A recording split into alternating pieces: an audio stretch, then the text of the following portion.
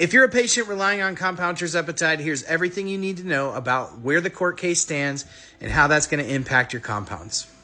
The FDA has already signaled to the OFA and the APC, the 503A and 503B trade organizations, they don't intend to enforce anything over compounds for the duration of this trial. So all the talk about the temporary injunction is really kind of a moot point. It only serves to bolster things legally.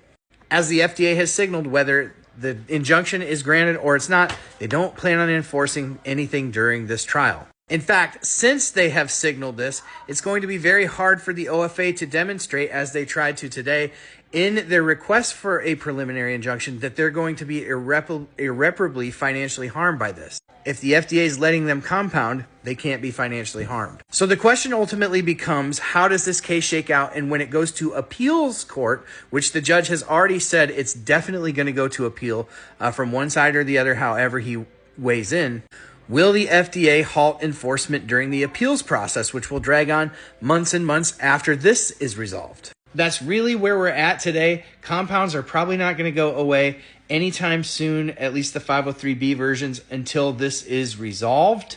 And then it becomes a question of how the FDA proceeds once this inevitably goes to an appeals court. In the meantime, most telehealth companies have signaled they intend to go the route of custom formulations and custom doses, the 503A versions, which are allowed whether or not there are shortages.